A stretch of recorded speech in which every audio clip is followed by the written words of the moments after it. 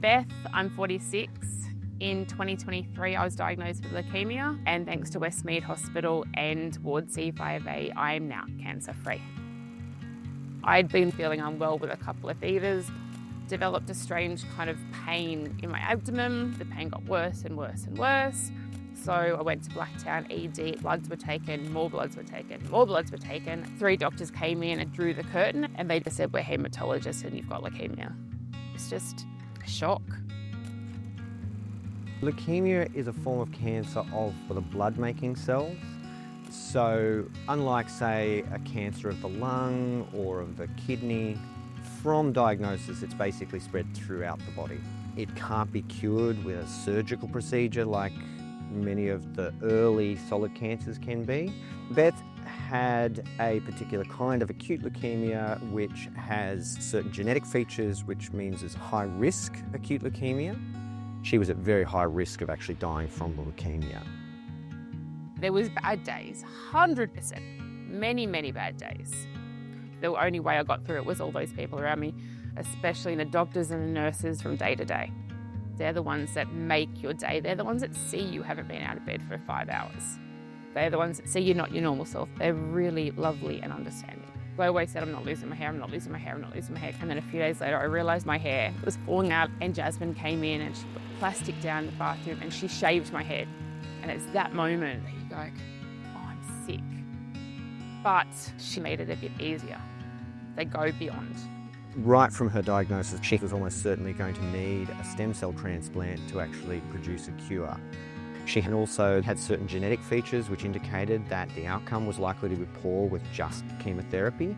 She went through her first round of chemotherapy and it really didn't touch the leukemia at all. We had to switch our plans and give her a second round of quite intensive chemotherapy with some added agents on, just to get the leukemia into remission so that she could then actually proceed to the transplant.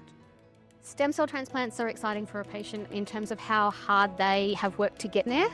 They've gone through a long journey, rounds of chemo, lots of complications, lots of hospital stays before they get to us for transplant. It's their second rebirth day. They get a second time of the year to celebrate for the rest of their lives. The stem cells transplant is what gave me my life back, what let me out of hospital and to continue on.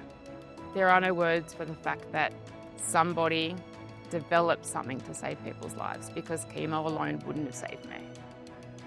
Beth had access to specific treatments that wouldn't have been available 10 years ago. Very targeted therapies that were specific for her mutation and have increased her chance that she will be healthy and happy in the long term. We are, at our core, very much into research, clinical trials, quality improvement, bedside translation of research. That is core to what we do in everything we do to make sure we can achieve the best outcomes for our patients. When I started as a nurse 20 years ago, we used to see a lot more toxicities and the patient journey was much harder. In the last 20 years, we have improved the patient outcomes so much. I'd like to one day be out of a job because we don't need to do transplants anymore. We would love it if people could support us to continue providing the best care possible. I'm fully in remission. I got a new job. I train 4 days a week. I live my life. I have my family. I go out. I have a glass of wine in the sunshine. I get to do the simple things again. Thank you. Thank you from me, my family. It's not a day that I don't thank the powers that be that I'm here.